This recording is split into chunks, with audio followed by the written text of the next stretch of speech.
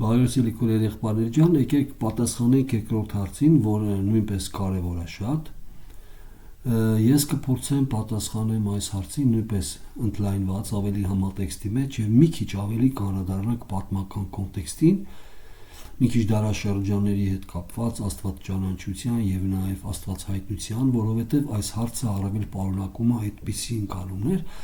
Հարցը վերաբերում է Հովնան մարգարեության արդեն 3-րդ գլխի 10 համարին եւ Աստված տեսավ նրանց գործերը, որ ետ դառան իրենց չար ճանապարհիցը եւ Աստված զղջաց այն չարյաց մասին, որ ասել էր պիտի անեն նրանց եւ չարավ։ Այսինքն հարցը վերաբերվում է Նինվեի ժողովրդի կամ ասորեստանցիների ապաշխարությանը։ Հարցը այսպես է. ինչպիսի ապաշխարություն էր այն։ Այս հարցը իր մեջ ունի ավելի ջրի տակի քարեր։ Այսինքն հարցը կարծես ձեզ կթվա թե հասարակ, բայց ինչպիսի ապաշխարություն էր այն, առավել խոսքը գնում է, ես չգիտեմ, երևի դուք ծանոթ եք կամ անծանոթ, ես կփորձեմ նաև բացատրեմ այդ տերմինաբանությունը, ինկլյուզիվիզմ։ Ինկլյուզիվիզմը ինքը ինչպիսի երևույթ է, երբ որ առավել այն շատ սերտ կապված է Աստծո գործելակերպի եւ Աստծո գործիքակազմի հետ, երբ որ մարդիկ ասում են, որ օրինակ վերցնելով Սուրբ Հոգու կյանքում արկա ինկլյուզիվիզմը, ասում են, որ անպայման չի, որ Սուրբ Հոգին ընդգրկի Քրիստոսի մասին լուրը։ Այսինքն հիշում եք Հիսուս Քրիստոսը երբ որ ասեց Սուրբ Հոգին կգա, եւ Սուրբ Հոգին ինձանից կվերցնի եւ ձեզ կտա, ինչպես ես վերցնում եմ Հորից տալիս եմ ձեզ, այնպես Սուրբ Հոգին կվերցնի ինձանից, իմ անձից։ Ասեց Սուրբ Հոգին իր անձից չի խոսի, հատուկ ասում Քրիստոսը սա։ Այդ Սուրբ Հոգին ինձանից կվերցնի եւ ձեզ կտա։ Այսինքն Սուրբ Հոգու բերած փրկությունը եւ Սուրբ Հոգու գործունեությունը այս երկրի վրա սերտ կապված է Քրիստոսի կատարածի հետ։ Սուրբ Հոգին մեր կյանք է բերում Քրիստոսին հավատքով բնակվելու իրականությունը։ Այսինքն առանց Սուրբ Հոգու մենք Քրիստոսի կատարած փրկությունը մեր կյանք չի կիրառվի։ Դա Սուրբ Հոգին է, որ Քրիստոսի կատարածը կիրառում է մեր կյանք։ Հայրը ծրագրեց փրկությունը, նայեք, Սուրբ Երրորդությունը ամբողջ փրկության էությունը Սուրբ Երրորդության ֆունկցիոնալ դերով է ամբողջանում։ Հայրը ծրագրում է եւ մտահղացումը հոր փրկության որոշումը հայրն է կայանում, հոր որոշածը եւ նախասահմանած փրկությունը իրականացնում է Քրիստոսը իր անձով, երկրորդ անձը որդին հավիտենական եւ Սուրբ Հոգին հոր ծրագրածը եւ որդու իրականացրածը մեր կյանքում կիրառելի է անում հավատացյալների կյանքում։ Այսինքն առանց Սուրբ Հոգու մենք Քրիստոսի փրկությունը չենք ունի։ Չկա մեկը, որ առանց Սուրբ Հոգու Քրիստոսին Տեր կոչի։ Չկա։ Հիմա ինկլյուզիվիզմը, այս ինկլյուզիվիզմ հասկացողությունը այն ընդգրկում է Սուրբ Հոգու գործունեությունը զատված Քրիստոսի կատարածից։ Այսինքն նրանք ինչ են ասում։ Նրանք ասում են Աստված կարա Սուրբ Հոգով փրկի նաև իսլամացիներին Մուհամեդի փրկությունով, այսինքն Մուհամեդի անունը կանչելով, բայց Սուրբ Հոգին է անում։ Բուդդիզմին բուդդիզմի կերպով, բայց Սուրբ Հոգին է փրկում։ Տեսեք, սա գլխավոր աղանդներից մեկն է, ինկլյուզիվիզմ, այստեղ շատ կարևոր է, այս հարցը նույնպես ունի այս պատվոդնի կամնի, այսինքն այս ջրի տակի քարերը, ջուրը երևում է, բայց քարերը տակը չի երևում։ Երբ որ հարց են տալի, ինչպիսի ապաշխարությունով ապաշխարեցին իրեն, շատ կարևոր է մենք հասկանանք։ Եվ ինկլյուզիվիզմը նաև կապված է, երբ որ ասում են, որ Աստված շատ ժամանակներ անպայման չի, որ Իսրայելով փրկի ինչ-որ մեկին կամ Իսրայելի միջոցով ուղարկված մարգարեներին։ Տեսեք, յուրահատուկ սկզբունք մենք պետք է տեսնենք։ Հիսուս Քրիստոսը մարմնով իսրայելացի է։ Ինչի՞։ Որովհետև Աստված սկզբից ընտրեց Իսրայելի ժողովուրդը, չէ՞, այսինքն ընտրեց Աբրահամը, որից դուրս հանեց Իսրայելի ժողովուրդը, այս էթնիկ ժողովուրդը իսրայելացիներին խոստացավ Աստված նաև այդ սերունդը Աբրահամի միջոցով, որ այդ ժողովրդից կլինի այդ ժողովրդից դուրս կգա այն իշխանը, որով բոլորը կորտնվեն, այս սերունդով կորտնվեն երկրի բոլոր ազգերը։ Սա Աբրահամին տված խոստումն է։ Հիմա իսրայելացիների պարագայում մենք տեսնում ենք, որ Աստված իսրայելացիների միջոցով տվեց օրենքը Մովսեսի միջոցով, մարգարեները բոլորը իսրայելացիներ էին, Աստված Իսրայելին կանչեց տվեց այս կանոնները եւ հիշեք ինչ ասեց Աստված. Մյուս ազգերը կտեսնեն ձեր կանոնները եւ օրենքները, որ դուք վարվում եք, ճանաչեն ձեր Աստված պաշտությունը, դրանով կճանաչեն ով է ձեր Աստվածը, ով եմ ես։ Այսինքն Իսրայելը հանդիսանում էր որոշակի առումով այդ դարաշրջանում, հին ուխտի շրջանում, հանդիսանում էր ավետարանիչ ազգ, Անպայման չի, որ նրանք իհարկե մենք գիտենք, որ նրանք չէին հարաբերվում հեթանոսների, մյուս ազգերի սովորությունների, նրանց աստվածների հետ, չնայած որ շատ հաճախ ընդօրինակում եւ բերում կուրքեր էին սարքում եւ պաշտում էին թաքուն։ Հիմա նայեք, Աստված շատ հաճախ նաեւ պատժում էր նրանց այդ ամենի համար։ Խնդիրը սա էր, որ այդ կերպով, երբ որ նրանք Աստված դրել էր այդ Քանանի երկրում դրել էր իզրայելացիներին, մյուս ազգերի համար իզրայելացիները հանդիսանում էին Աստծո ներկայացուցիչներ, այսինքն նրանք տեսնում էին, այնինչ իրանք անում էին, տեսնում էին, որ Իսրայելը չի անում եւ ինչպես է Իսրայելը անում, դրանով Իսրայելի միջոցով բացահայտվում էր իրական Աստծո կերպարը, այսինքն Աստված Իսրայելով հայտնում էր իրանձը նաեւ մյուս ազգերին։ Ուրիշ բան, որ այստեղ եւ Աստված օրենք էր տվել, եթե մեկը կգա ուրիշ ազգից կուզենա փրկությունը ճաշակի դառնա ինձ պաշտող, նրան դարձրեք հրեա, հիշում եք, նրանք պետքա ընդունեին, նա պիտի կրեր որոշակի նշանները, օղ կախվերականջին, ինչպես մենք տեսնում ենք կենեզացի Քաղեբը, մյուսը։ Ամեն դեպքում մենք տեսնում ենք, որ Աստված գործում է մյուս ազգերի մեջ, բայց ինկլյուզիվիզմը ասում է, որ Աստված գործում է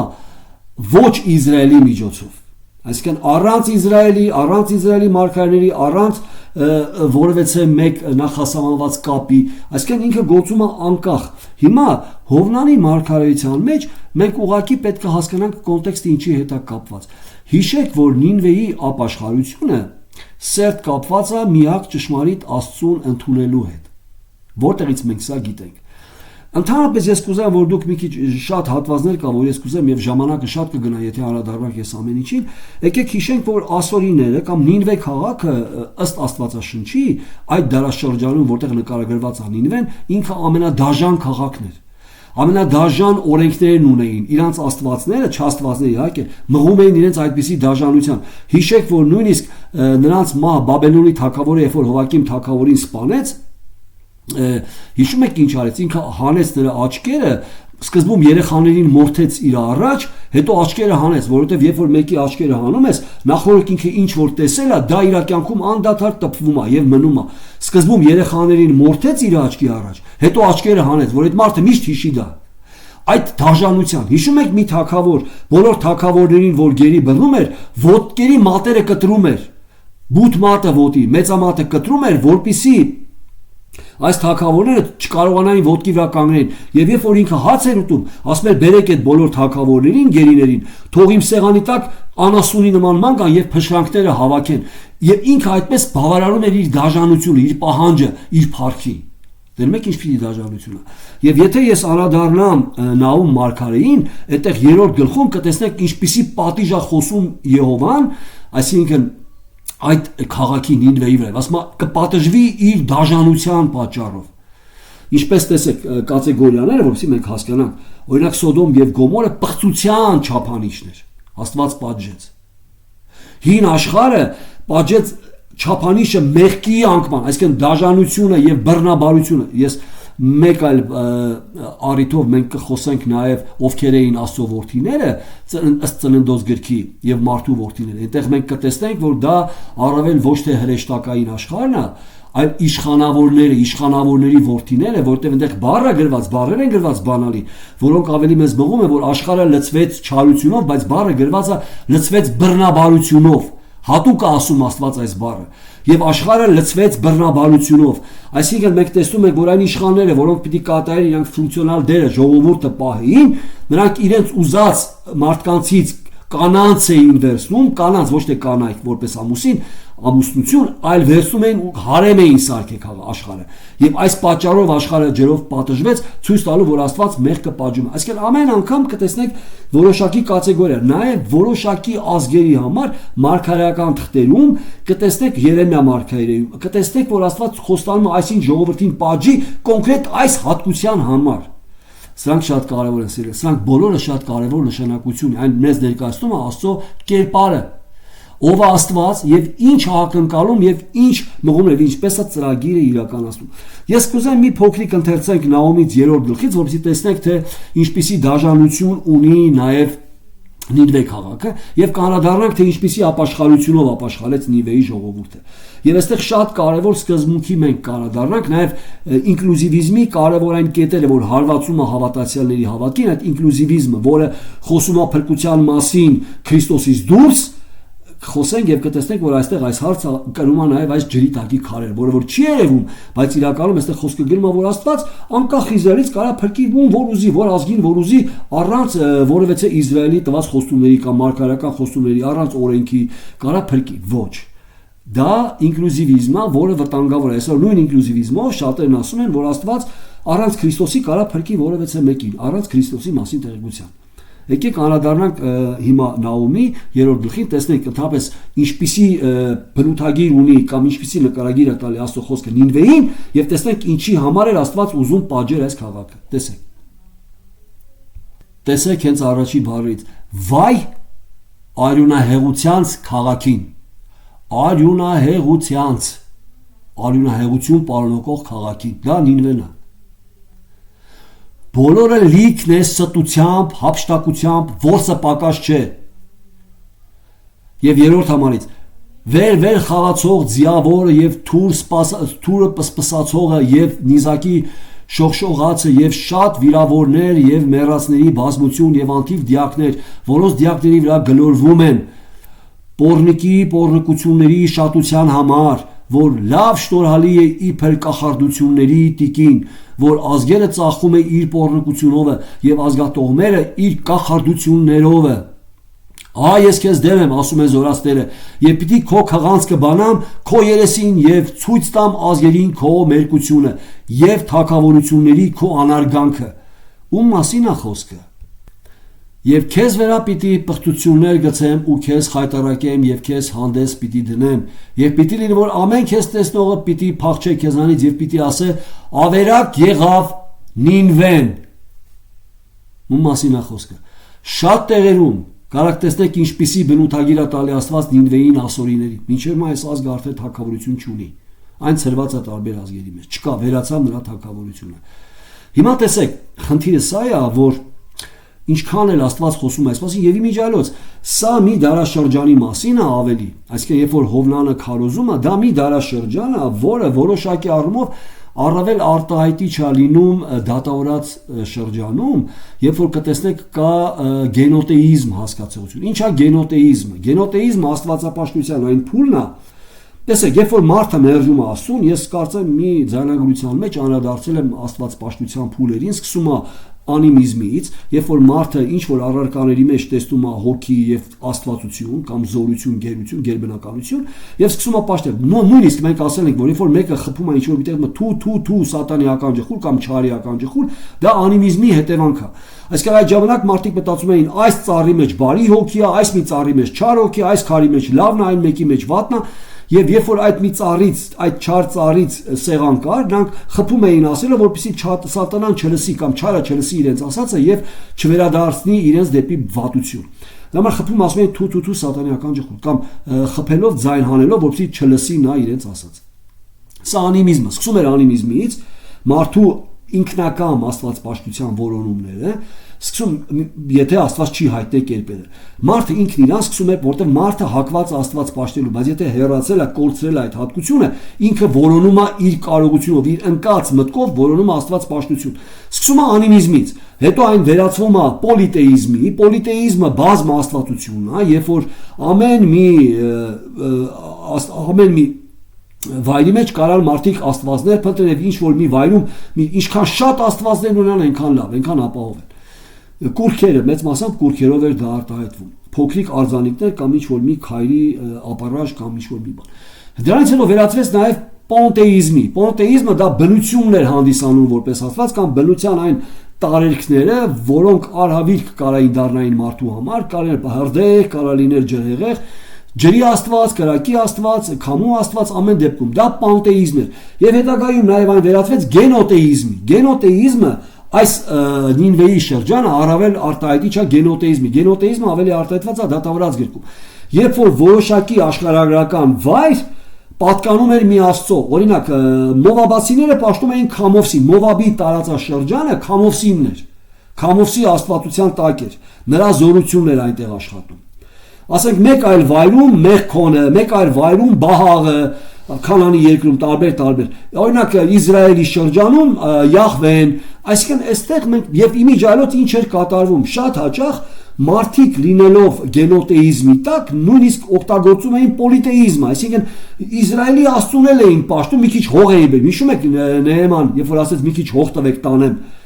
ինչի էր հողը տանում, որպեսզի այդ Իսրայելի շրջանից հող տանի, որ Եհովային էլ սկսի պաշտել այնտեղ, այդ հողի վրա։ Այսինքն աշխարհագրական վայրը կապված էր աստվածպաշտության հետ։ Հիմա տեսեք, ինչա կատարվում։ Ասորիները Նինվեի ժողովուրդը շատ լավ գիտեին ով է եկել եւ իրանց մոտ քարոզում ապաշխարություն, կամ ով է քարոզում իրանց մոտ 40 օր հետո պատիժ։ Այդ որ աստվածն է դա ասում։ Իրանք շատ լավ գիտեն իրանց աստվածին եւ մինչդեռ դու կանադառնաք թակավորած 4-րդ գլխին կտեսնեք, որ այնտեղ նույնիսկ ասորիները իրանց աստծուն բոլոր աստվածներից ավելի ուժեղ, ավելի իրանք քանի որ հաղթում էին շատ ազգերի, իրանց մոտ տպավորվում է, որ իրանց աստվածը ավելի ուժեղ է, քան թե այն աստվածը, ում որ ազգին, որ իրանք պատժեցին, այդ դրանց աստվածը չկարողացավ հաղթել իրենց աստծուն։ Սա այդ դարաշրջանի յուրահատուկ մտածելակերպ է։ Այդ շրջանում աստվածապաշտությունը արկա է ամեն տեղ, եւ աստվածապաշտությունը նաեւ մխրճված է մարդու կյանքի բոլոր ոլորտներում, նրա օրհնության, բիզնեսի, պատերազմի մեջ ամենտեղ աստվածներն են գործում, իրենց պաշտած աստվածները։ Սա հիմա նաեւ ասորիները, այսինքն իրանց այդ դաժանությունը ընկալում են իրենց աստծուց ստացած գործիք։ Այդ գործիքով աստված իրանց զորացնում եւ իրանց տալի հաղթանակ։ Ըստ սրա, երբ որ մենք խոսում ենք Նինվեի ապաշխարության մասին, եկեք մի քանի հատված ես ընթերցեմ, որպեսզի տեսնեք ինչն է մղում նրանց ապաշխարության եւ այստեղ շատ կարեւոր բան մենք խոսենք եւ կանադառնանք այդ ինկլյուզիվիզմին, որը վտանգ է այսօր ներկայացնում։ Տեսեք, նույնիսկ դες ասեմ, երբ որ մարդիկ խոսում են, որ Սուրբ Հոգին առանց Հիսուս Քրիստոսի կարագործի, սա նաև այն երևույթն է, որ խարիզմատական ավելի ծայրահեղ շրջանակներում կտեսնեք, որ ասում են Սուրբ Հոգուց իծաղ, Սուրբ Հոգին մարդկանց ներկցումագետին թավալվում են, Սուրբ Հոգին նրանց ոռնոցներ տալի տարբեր ձայներով։ Ինչն է սա, այսինքն Սուրբ Հոգու գործունեությունը միշտ կապված է Հիսուս Քրիստոսի հետ։ Հիսուսը ասեց Սուրբ Հոգին, որ գա ինչ կանի, այն կհանդիմանի մեղքի համար, այն կխոսի արդարության եւ այն կխոսի այս աշխարհի դատապարտության մասին եւ հետագայում տեսնում ենք, որ Սուրբ Հոգին միշտ գործում է Քրիստոսին տեր բերելով։ Այսինքն Սուրբ Հոգին առանց Քրիստոսի չի գործում, որտեղ Քրիստոսի անձից է վերցնում եւ տալիս։ Այն նրանք, որոնք ասում են, որ Սուրբ Հոգին է գործում այս Սուրբ ծիծաղով, դա հենց նա է, որ անկախ Քրիստոսից է գործում։ Սա ինկլյուզիվիզմի արտահայտությունը, սերներս։ Հիմա ամեն դեպքում եկեք անդրադառնանք սրան եւ տեսեք, որտեղ Սուրբ Հոգին կբարձրացնի Քրիստոսի անձը, ոչ թե իրանից կխոսի, այլ Քրիստոսից։ Հիմա այս պարագայում եկեք անդրադառնանք որոշակի հատվածների, որպեսզի տեսնենք Նինվեի պարագան, թե ինչը մղեց նրանց ապաշխարության եւ արդեն այստեղից կերևա թե այդ ինչ ապաշխարություն է։ Ընդհանրապես, երբ որ մենք խոսում ենք ապաշխարության մասին, կարեւոր մի սկզբունք հիշեք։ Երբ որ ասում ենք ապաշխարություն, հիմա նայեք, իսլամացի նույնպես ապաշխարություն բառը ունի։ Բուդդիզմը նույնպես մեղքերի խոստովանություն, զղջում, բայց արդյոք նրանց խոստովանությունը Քրիստոսի առաջ է։ Արդյոք նրանց մեղքերի թողությունը Քրիստոսի կատարած զոհաբերությունով է։ Ոչ։ Եվ այստեղ է խնդիրը, որ ինկլյուզիվիստներն ասում են, որ նրանք էլ կարան ապաշխարեն, Սուրբ Հոգին կմղի, բայց առանց Քրիստոսի, Մուհամեդի միջոցով։ Եվ այստեղ է խնդիրը։ Հիմա եկեք անդրադառնանք, որ Նինվեն այս շրջանում շատ լավ գիտի իր Աստծուն կամ իրանց աստվածներին եւ գիտի Իսրայելի Աստծուն։ Եվ ինքը երբ որ տեսնում է, որ իսրայելացի մարգարե է եկել, շատ լավ հասկանում է, որ այս մարգարեն որ Աստծո ներկայացուցիչն է։ Եվ ինքը զոհաբերություններ անում, այդ զոհաբերությունը թե ինքը միջ այդ անում էր իր աստվածների առաջ։ Հիմա այդ ում Աստծո առաջ է զոհաբերություն ինքը անելու։ Այստեղ է կարևոր։ Եկեք անդրադառնանք հիմա այս հատվածներին։ Կարդամ երկրորդ համարից, երբ որ Աստված խոսում արդեն կետի փորից փսխելով Հովանեսի եւ ասում. «Վեր կաց գնա Նինվե մեծ քաղաքը եւ քարոզի նրա դեմ այն քարոզչությունը, որ ես քեզ կասեմ»։ Եվ Հովանեսը վեր կացավ ու գնաց Նինվե Տիրոջ խոսքի համեմատ, եւ Նինվեն մեծ քաղաք էր, Աստծո համար 3 օրվա ճանապարհ։ Մեծ քաղաք, տեսեք ինչքան ժողովուրդ կա, 3 օրվա ճանապարհ։ Եթե ոտով ծայրից քաղաքի ծայրը գնաս 3 օր կքաշի։ Եվ Հովնանը սկսեց քաղաքը մտնել 1 օրվա ճանապարհ եւ քարոզում էր եւ ասում. «Դեռ 40 օր կա,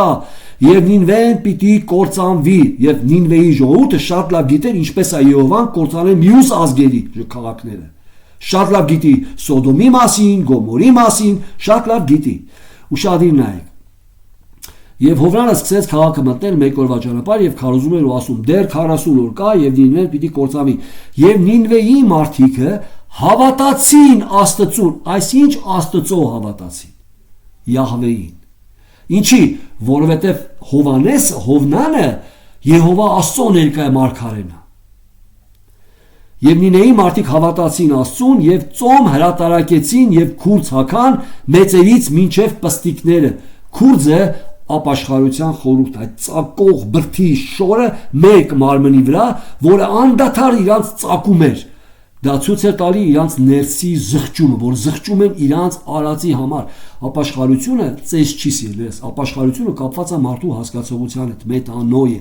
նրա ընկալման, նրա սրտի զգացողության, իր արարքի նկատմամբ զղջալու հետ է կապված։ Եվ նաև դառնալ դեպի որ Աստծուն, ով է նրանց ասում կպատժեմ ձեզ, դառնալ դեպի այդ Աստվածը եւ հրատարակել, որ թողնում ենք մեր չարությունը։ Հիմա տեսեք, նորից եմ ասում, չարությունը գալիս էր իրենց աստվածներին պաշտելուց։ Հիմա տեսեք, եւ Հովանեսը սկսեց քաղաքը մտնել մեկ օրվա ճանապարհ եւ քարոզում է եւ ասում դեռ 40 օր կա եւ Նինվեն պիտի կործանվի եւ Նինվեի մարդիկը հավատացին Աստծուն եւ ծոմ հրատարակեցին եւ քուրձ հագան մեծերից մինչեւ պստիկները եւ խոսքը հասավ Նինվեի թագավորին։ Հիմա առավել տեսեք Նինվեի թագավորի եւ ժողովուրդը առավել նայում է Նինվեի թագավորին, որտեվ այստեղ շատ հաճախ 5 կտակալում կտեսնեք, որ գործում է մեծավորի ազդեցությունը հասարակության վրա կամ մեծամասնության ազդեցությունը հասարակության վրա։ Սա աշխարհում երևույթ է։ Մեծամասնությունը ինչ ասում է, հասարակությունը ավելի հակված է մեծամասնության խոսքին։ Նույնիսկ շատ հաճախ առանց մտածելու։ Մեծամասնությունը դառնում է չափանիշ, որ դրանք ճիշտ են ասում։ Լավ։ Եվ խոսքը հասավ Նինվեի թագավորին, եւ սա նպաստում է, որ հասարակության ամբողջ նա, որ նույնիսկ մյուսներին չէր լսում, երբ որ թագավորը խոսում է, նա արդեն թագավորի ասածով էլ անում։ Այնտեղ որ Նինվեն ամբողջ ապաշխարեց։ Տեսեք, եւ խոսք հասավ Նինվեի թագավորին, եւ նա վեր կացավ իր աթոռիցը եւ հանեց պատմուճանը թագավորը իր վերայից եւ քուրձ հագավ եւ նստեց մոխրի վրա։ Սա նույն ապաշխարության ամբողջական իսրայելացու ամբողջական խորհուրդն է։ Այսինքն այդ դարաշրջանում ինչ որ իրանք ընկալել էին եւ գիտեին իսրայելացիների մասին։ Այսինքն այնպես չէր, որ նրանք Իսրայելը մեկուսացված էր, նրանք չգիտեին ով է Իսրայելի Աստվածը, ինչ կանոններ ա տվել։ Հիշում եք, մինչ ես հայեցի, որ Աստված երբ որ Իսրայելին դրեց, ասեց սա կլինի ավետարանչություն, դուք այսպես կապրեք այս կանոններով եւ ձեր մյուս կողքի ազգերը կտեսնեն ով է ձեր Աստվածը, այդ կանոնները տվողը, կճանաչեն ինձ։ Հիմա եւ կանչե տվավ եւ ասեց Նինվեյում թագավորի եւ նրանց մեծամեծների հրամանով ասելով. մարդ եւ անասուն, արչար եւ ոչխար ոչինչ չուտեն, չճաշակեն, չարացեն եւ ջուր չխմեն, զրկեց նույնիսկ անասունին խոտից եւ ջրից եւ մարդուն ջրից եւ հացից։ Ծոմ։ Սա խոսում է պատժի ամբողջական իրական ընկալման մասին։ Սա խոսում է իրական Աստծո մեծությունը ճանաչելու մասին։ Այստեղ գործում է Սուրբ Հոգին, միանշանակ։ Շատ կարևոր որ մենք հասկանանք։ Եվ քուրձ հագան մարդիկ եւ անասուն եւ ուժով աղաղակեն առ Աստված եւ ամեն մարդ ետ դառնա իր չար ճանապարհից եւ իր ձեռքերումը եղող անիրավություն եւ նպատակը որն է ամեն մարդ թողի այն չարությունը որ անում է եւ իր ձեռքերում եղող անիրավությունից ետ դառնա կամ որոշակի առումով նրանց մեզ սկսեց տարածվել ինչպիսի օրենքներ ա պետք ինչ պիտի անենք որպիսի այդ պատիժը մեր կյանք չգա եւ իմիջիալից միգուցե նաեւ Հովնանին հարցնում էին Հովնանը միգուցե ասում էր ինչպես է ուզում որ դուք անեք սա չանեք բայց ամեն դեպքում մենք գիտենք Հովնանի քարոզության միայն մեկ դիտոսը Աստծո խոսքը մեզ ասում է Հովնանը ասում է 40 օր կա մինչև Աստված կպատժի այս քաղաքը ետ դառեք ձեր չար ճանապարհներից հիմա եւ ով գիտե ինչ են ասում եւ ով գիտե գուցե Աստված ետ դառնա եւ զղջա եւ ետ դառնա իր սաստիկ բարկությունից եւ մենք չկորչենք այսինքն եւ այստեղ մենք տեսնում ենք եւ Աստված տեսավ նրանց գործերը որ ետ դառան իրենց չար ճանապարհներից եւ Աստված զղջաց այն չարյաց մասին որ ասել էր թե պիտի անեն նրանց եւ չարը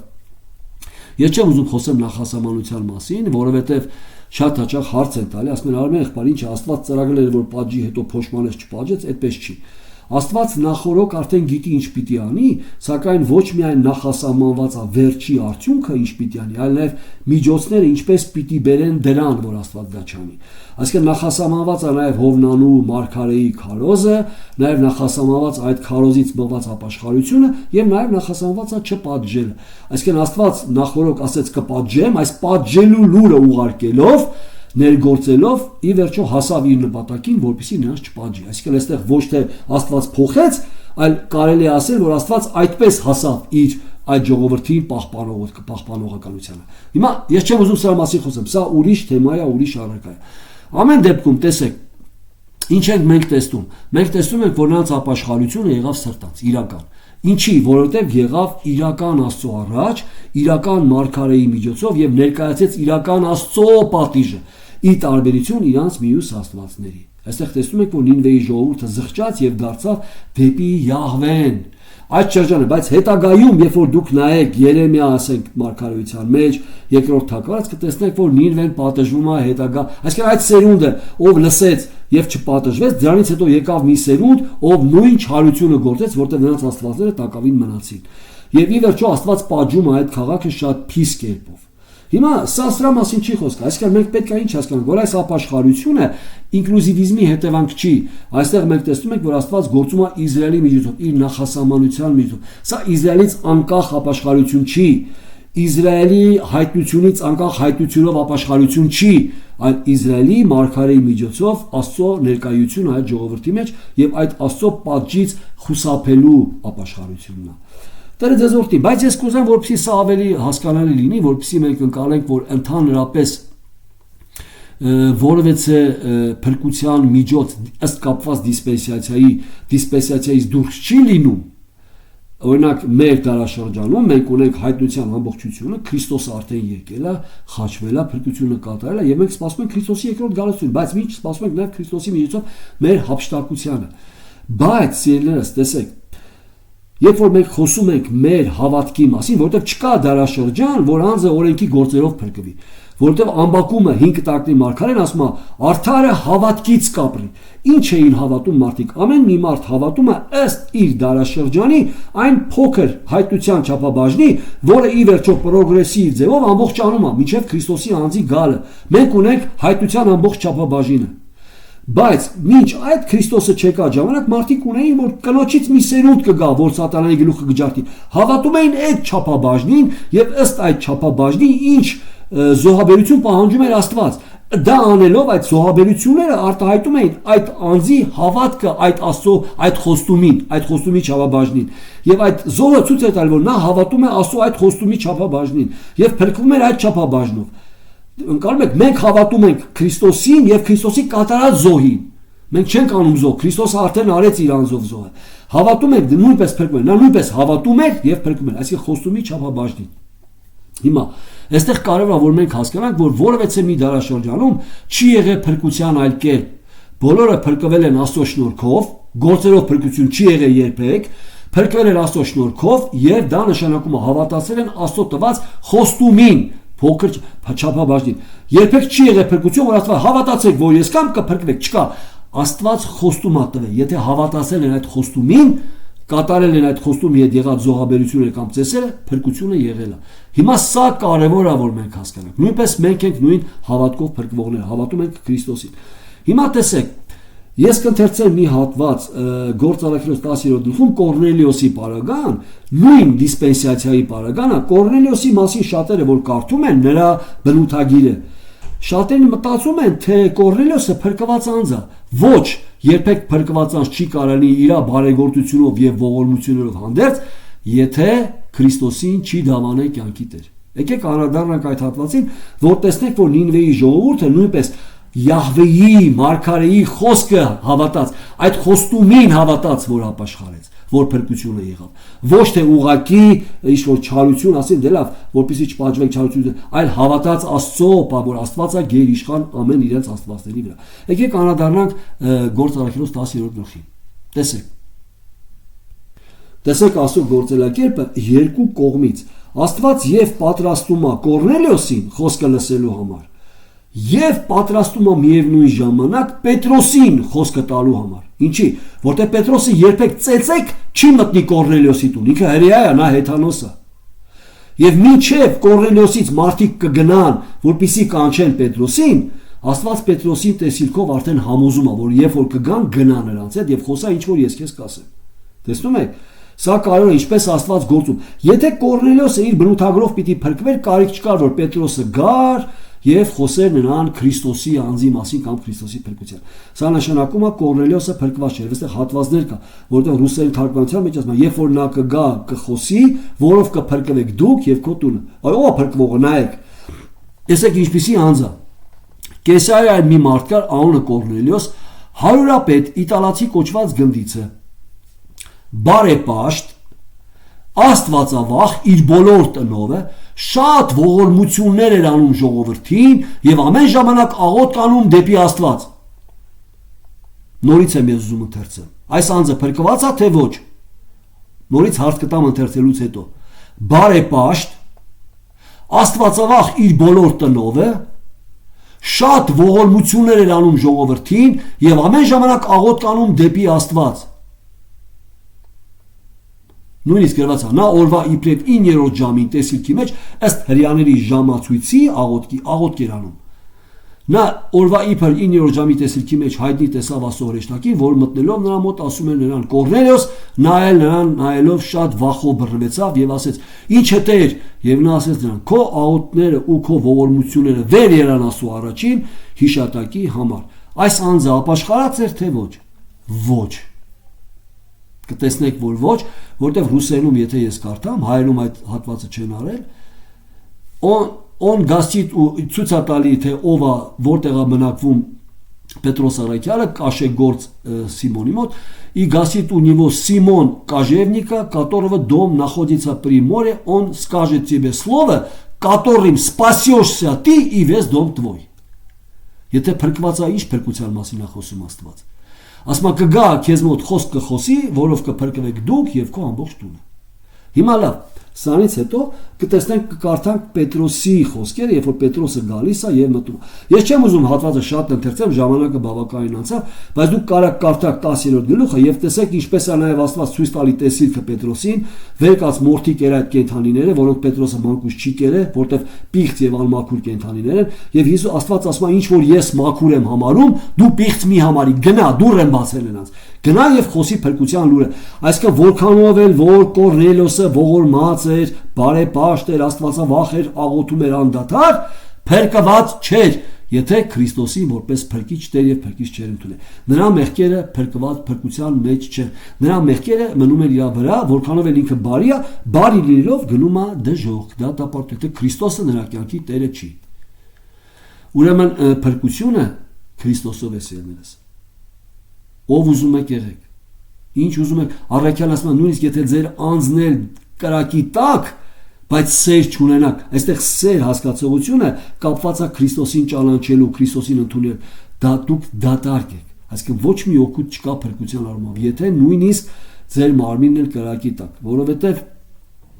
կա մեկ անուն, որով մարդը փրկվում է երկրի տակ, երկնքի տակ, դա Հիսուս Քրիստոս անունն է։ Սա Աստծո նախասահմանված միջոցն է, ուրիշ կերպ չկա փրկություն, ով ուզում եք եղեք։ Դրա համար որևէ մեկ ինկլյուզիվիզմ, ուրիշ ազգում փրկություն առանց Քրիստոսի անունի չի կարա ձեզ արդարացնի այդ խորհուրդը։ Այն սխալ, այն խաբկանք է։ Եկեք ընթերցենք վերջում հատվածը եւ ամբողջացնենք։ Ի վերջո կընթերցեմ այն հատվածից, որ Պետրոսը գալիս է։ Նրանք էլ ասեցին Կորնելիոս հարուրապետը, արդար եւ աստվածավախ մարդ, որ հրեաների բոլոր ազգերից բարի վկայություն ունի հրեա ազգից, նա հրաման առավ մի սուրբ հրեշտակից, որ քեզ կանչե իր տուն եւ քեզանից խոսքեր լսե։ Եվ ներս կանչեց նրանց եւ ընդունեց իբրև հյուր եւ հետեւյալ օրը Պետրոսը նրանց հետ գնաց եւ այն եղբայրներից, որ հոպեյում էին, մի քանիսը նրա հետ գնացին, նաեւ հրեաներից Պետրոսի հետ գնացին։ Եվ հետևյալ օրը մտան Կեսարիա եւ Կորնելիոսը իր ազգականներին եւ ընտանիքի բարեկամներին կանչել էր եւ սպասում էր նրանց, թե ինչ պիտի խոսի Պետրոսը։ Այս բարեպաշտ եւ աստվածավախ մարդը։ Պետրոսն էլ կանգնեց նրանց եւ ասեց. «Վեր կաց եւ ինքս էլ եւ երբ որ տեսավ եւ եղավ երբ որ Պետրոսը ներս մտավ, Կորնելիոսը դիմավորեց նրան եւ ոտներին ընկած երկրպագեց Պետրոսին։ Եվ Պետրոսը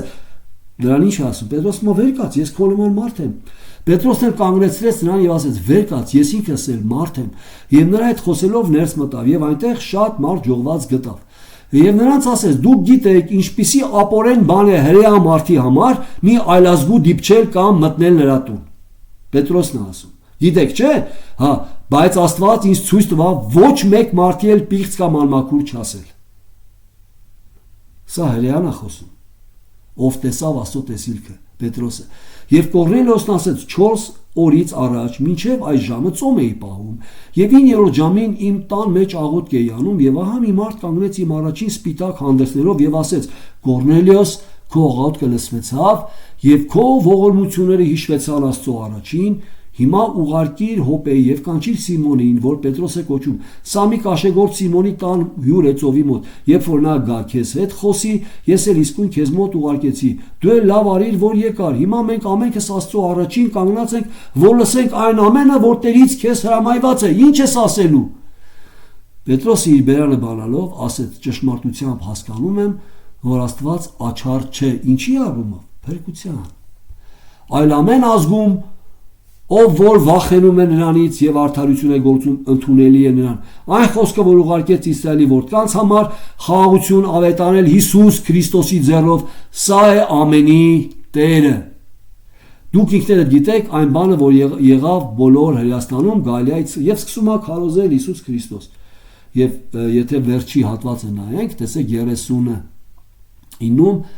Եվ մենք վկա ենք այն ամեն բաներին, որ հրեաների երկրում Երուսաղեմում արավ, որին փայտից կախված սպանեցին։ Նրան Աստված հարություն տվավ երրորդ օրը եւ հայտնի արավ նրան, ոչ թե բոլոր ժողովրդին, այլ մեզ Աստվածանից առաջագույն ընտրված վկաներիս, որ կերանք ու խմեցինք նրա հետ, նրա մեռելների հարությունից առնելուց հետո, եւ պատվիրեց մեզ ժողովրդին քարոզել եւ վկայություն դնել, թե ինքն է Աստվածանից սահմանված դատավորը մեռելների եւ կենդանիների։ Բոլոր մարգարեները վկայություն են տալիս նրա մասին, որ նրա անունով մեղքերի թողություն կառնի ամեն նրան հավատացողը։ Ինչ խոսեց, որ նրա անունով մեղքերի թողություն կառնի ամեն նրան հավատացողը։ Կորնելիոսը, որքանով էլ որ բարեպաշտ մարդ էր աստվածավախ, մեղքերի թողություն չուներ առանց Քրիստոսի։ Դրա համար Աստված ասեց. «Գնա կանչի, լսի Քրիստոսի մասին, որ քո մեղքերը ներվի, որ հավատաս այդ լսածիդ»։ Տերը ձեզ օրհնի փառքամար, այսինքն նույնպես Հովնանի պարագայում Նինվեի այդ դաժան ժողովուրդը ընդունեց Եհովայի լուրը, Եհովայի խոստումը, ինչպես որ մենք տեսնում ենք, որ Պետրոսը մտավ Կորնելիոսին խոսեց, Հովնանը մտավ եւ Նինվեյում խոսեց, հավատացին այդ լուրին։ Այստեղ է փրկությունը եւ ապաշխարությունը։ Հիմա այսօր շատ հովնաններ տարբեր երկրներում իսլամական քարոզում են Քրիստոս։ Ինչի՞, որտեղ փրկությունը Քրիստոսով է։ Տերը ձեզ օրհնի փառքի համար։ Amen.